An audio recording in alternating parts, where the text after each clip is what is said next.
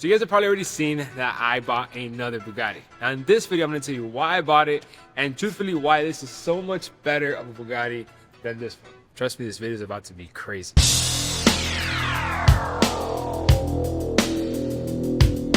A Monday warrior, mean strike. Today's Tom Sawyer, mean pride. So the fact that I'm 24 years old and I have my first Bugatti Chiron, which I've had for a little bit over for a year now, and my brand new Bugatti Chiron Pur Sport is absolutely fucking nuts. So for those of you guys that don't know, I've had my pink Bugatti for a year. I paid $3 million. I put 1.2 million down and I financed about 1.8 or 2 million and I pay about $50,000 a month. So obviously this car is not originally pink. This car is obviously a wrap. The color on it will forever remain a mystery. Now this car, we have honestly beat the living shit out of this car. We've blown the tires, and we've done a lot of things we shouldn't have done in this car. One of my favorite features about this car, the wing in this car goes up and down. So whenever you want to drive it in normal mode, the wing will stay down. Whenever you go into sport mode, the wing will go up. And when you're going, I think it's past like 150 miles an hour and you brake, this wing comes up. And when it comes up, what does it say? The famous South African brand. We never ride around with a plate, because why the fuck would we do that? But this wing is cool because it has that movement, unlike the other one, which it actually ends up static. Inside of this car, pretty standard. I kind of didn't like it at the beginning because it was this boring khaki brown kind of color, but it kind of ended up growing on me over time. One of my coolest favorite features in here is that these seats are actually reclinable manually. Another thing that's super cool, which is the speed key. So if we want to hit max speed on this car, you have to get this key right here, basically. Isn't that crazy? The max speed key opens so slow. Isn't that crazy? The interiors are pretty much the same versus this one that just has a lot of khaki or beige and doesn't have much carbon in here. I do like the steering wheel a lot because there's carbon on the steering wheel. And for some reason, I'm not a big fan of the chrome, but chrome is all over the steering wheel. It makes me feel classy when I drive this car. This is why I have two Bugattis. Whenever I want to feel classy driving a Bugatti, I drive this one. This car, one that is pretty cool is that the key actually matches the interior of the car, which actually makes it very unique. It's the exact same material. Obviously, it's a little bit darker because it gets more worn out because it's in your pocket, in people's hands, moving around all the time. And another big con is that the music in this car absolutely sucks. You pay $3 million for a car and you're better off listening to the music on your phone, leaving it right here. Bugatti, what the fuck? Obviously, I had to give it my own little custom touch. So I put my branding on the side here. This used to be one of my favorite things, which was the front of the car, which what I thought was very fucking aggressive. And truthfully, this looks like a JV version of this. This is really fucking aggressive. And trust me, there's one person that would really know the difference in between this front end and this front end. So if you guys don't know, this is Kevin. I went to high school with him. Been friends probably for like 10 years. He's wrapped all of my cars. He's wrapped, how many times have you wrapped this car? Last month? Yeah. Like 5 times, 6 times? I mean, I know we've rewrapped this one a couple times, but would this be harder to wrap or no, if we were to want to wrap this one? No, this is harder to wrap, but I guess we're wrapping it pink. I don't know. I think pink would look crazy, but I don't want people to confuse this one with this one, right? People will not confuse it? No. Sure? Yeah. There's a big difference. What's the difference? Tell me, Bill, what's the difference? This one, $3 billion. This is like $5 billion. $6 million, right? I just want to make that clear, right? Because it hurt my pocket a little bit, you know? I just want to make that very clear. And now we have the big brother, the mother's load, the fucking top G. Pulling up, obviously this one is a lot more aggressive. You can see it off the front. So as you can see on this front section here, you have these fenders that make it super cool because the speed and the downforce with the wind holds price down. That's how you know I trade to you. The big difference in between this one and that one as well is the moonroof. So this moonroof, I think it's a $400,000 add-on. The fact that from inside the car, you can see out and you can see in. And I'm telling you right now, I've been driving both of these cars and it is a completely different ride. You feel so much more aggressive in this one for some reason rather than that one. This add-on right here, the fact that it just says Chiron Pur Sport was $8,000. Now, coming into the interior of this car, this shit is fucking sexy. So whenever I want to feel like I'm driving a sports car, I want to feel gangster, I drive this one. I have my classic Bugatti, and I have my gangster Bugatti.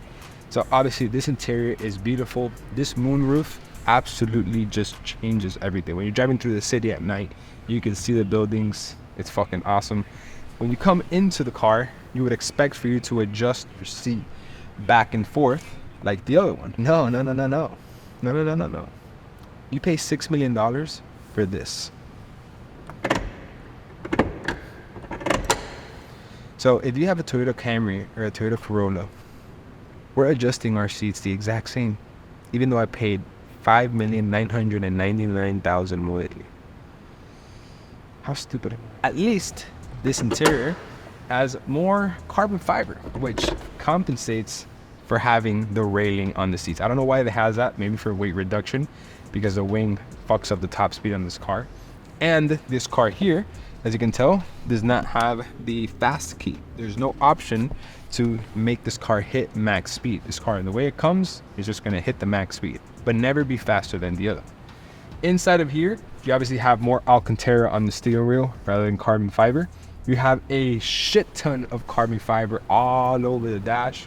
The doors of this car have this Bugatti Chiron pattern, which at night it looks absolutely beautiful. The color combination of the bronze here on the famous C.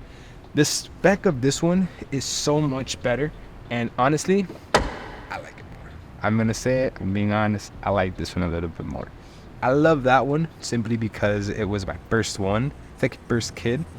I've never had a kid, so I don't even know. That's like your first dog, right? You love your first dog. The second one is just better because the first one's always fucked up, right? My experience. The steering wheel of this car has a lot more Alcantara versus the other one has carbon fiber all up over the top, carbon fiber down here. I like, honestly, the feel of the carbon fiber, but the Alcantara in here is just, it just connects with the car more, because when you look back at the headrest, this headrest, instead of having Chiron, it actually has the Bugatti logo, which I like as well. It looks great. And everything behind it is Alcantara, which the spec of this is absolutely beautiful. But you would expect that for $6 million, you would get a much crazier key, right? Because the other key, it matches the interior of the car and it goes with it. No, I paid $6 million for this car, and this is the bullshit I get. At least it goes faster. At least it opens up a lot faster than the other one. This is the bullshit that I fucking get. This is the key to your Bugatti.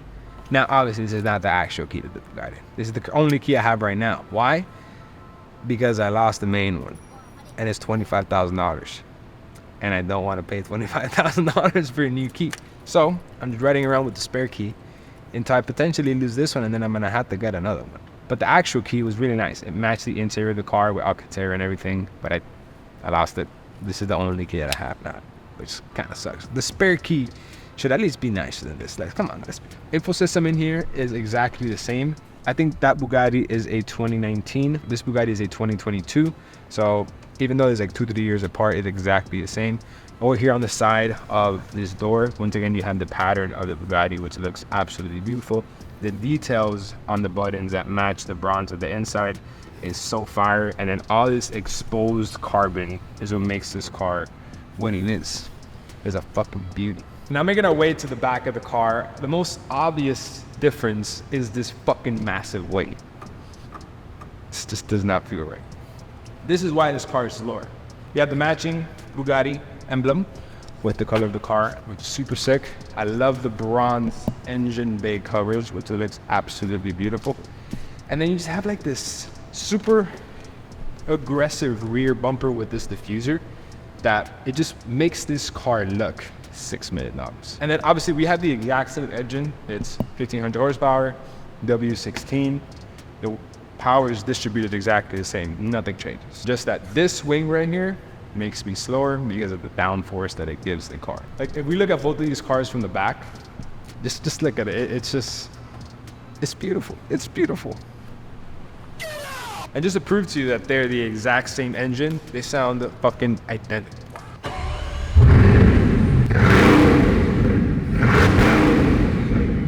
Honestly, this cars, all Bugattis for some reason, they don't ever let you pass 4,000 RPM. 4,000 RPM is the max that it ever lets you go when you are park. They let you redline. The revving isn't that great. An SVJ sounds a lot crazy. This one is cold, so it might sound a little bit more aggressive.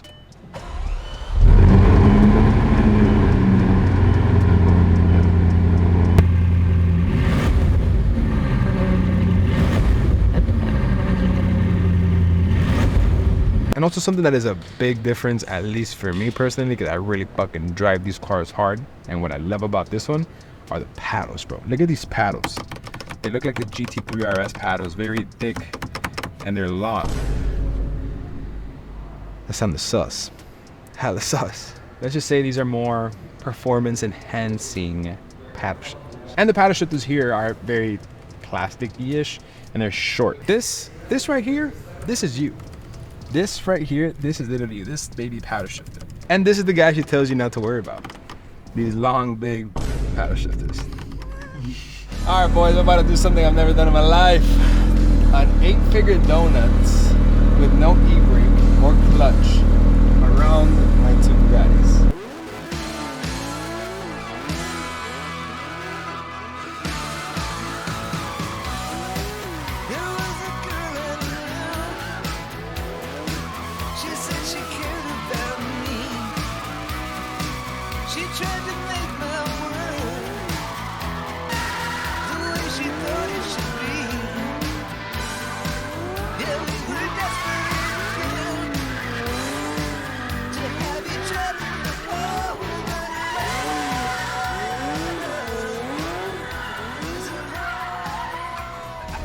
I low-key did it though. Yeah, you did I it. low-key fucking did it, bro. Give you a 7 out of 10, respectfully. Yeah, I'm sorry. And that's just because we went to Japan.